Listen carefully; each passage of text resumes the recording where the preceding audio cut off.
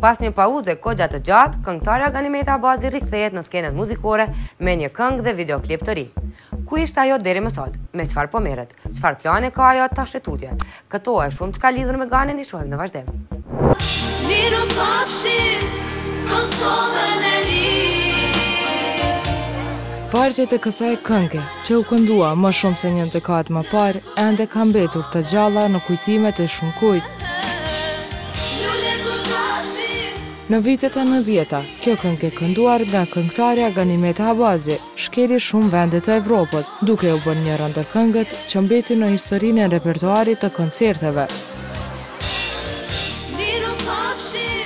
Këto koncerte të shumta që pati Ganja në Evropë me gjasë ndikuan që ajo vetë ale Kosovën dhe muzikën për të jetuar një jetë tjetër në diasporë.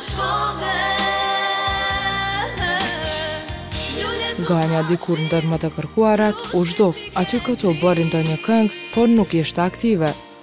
Pas 7 viteve, ajo mori një vendim, vendosi të kthehet në skenë përsëri.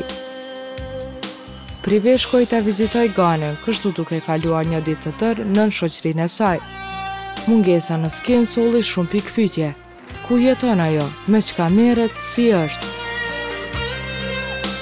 Edhe pse nuk është më në të nizetat e saj, Ganja vazhdon të mbajë të njëjtin fizik si gjithmonë, e bukur, e thjeshtë dhe modeste.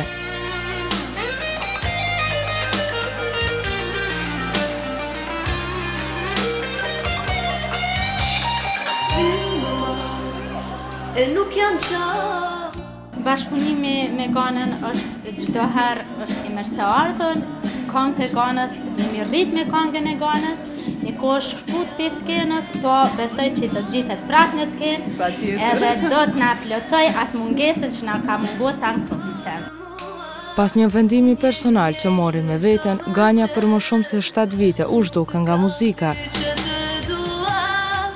Kanë qenë disa rrethona që faktikisht në kanë të arsyeshme për mua, përderisa u kam pyetje familja edhe kam udhëtu pak në për Evropë edhe që ka qenë shkaku dhe deshta shkurt të hiqem pak që kur të kthehem të bëj diçka ma mirë, jo për shkak se nuk kam dashur të jem aktive, po ajo ka qenë arsyeja që mu dash për shkaqe familjare me u largu pak një kohë.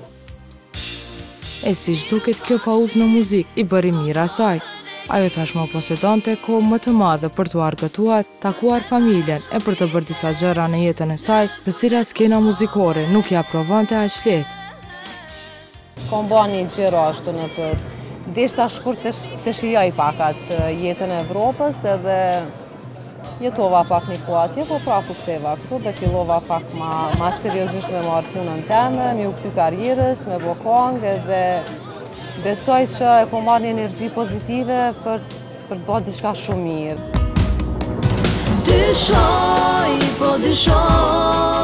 Kësaj kënaqësie i erdhi fundi. 7 vite larg skenës, larg emocioneve që të dhuron muzika, larg mikrofonit, Ganës filloi të i mungonte. Nuk moj pas skenën, s'po di që me ta spjegu një sen që s'kom mendu asnjëherë që në muna mu largu për krejt kohën edhe mos më u kthy skenës, përderisa në shpirt vlen ajo dhe Gane çu këna me si remo. Muzika në vendin tonë çdo ditë më shumë po evolon. Koha kur Ganja ka qenë këngëtare, me të sotit ka ndryshuar. Showbizi është e kërcuar dhe depërtimi i suksesshëm është bërë më i vështirë. Por me një vetbesim të madh, Ganja po hyn prapë në konkurrencën e madhe të tregut muzikor. Po du me bë diçka unë e një mirë. Edhe ta cika ma herë që s'bëj kur gjë për shkak të interesave të mia, apo për me bë komercial diçka. Nuk moj me mendu që më ju friksu që asojna, përderisa unë e di çka du, çka bëj, edhe jam shumë sigurt që publiku edhe ata durustemi kanë me dosh ato që unë ju ofroj, jo diçka tjetër.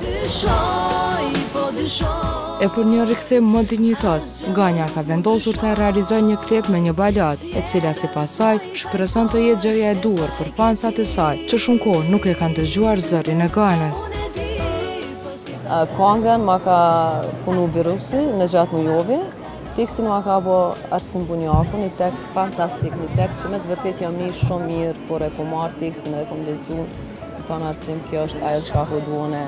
Mos të përmendëm virusin me aranzhmanin e tij, me profesionalizmin e tij që jem të folë për një maestro, kështu që i falenderoj shumë të dyt. Si do pritet rikthimi i saj, sa me madhe pritën adhuruesit. Këtë do e tregoj suksesi i këngës Hija Jote, që do e shihni premier vetëm në prive.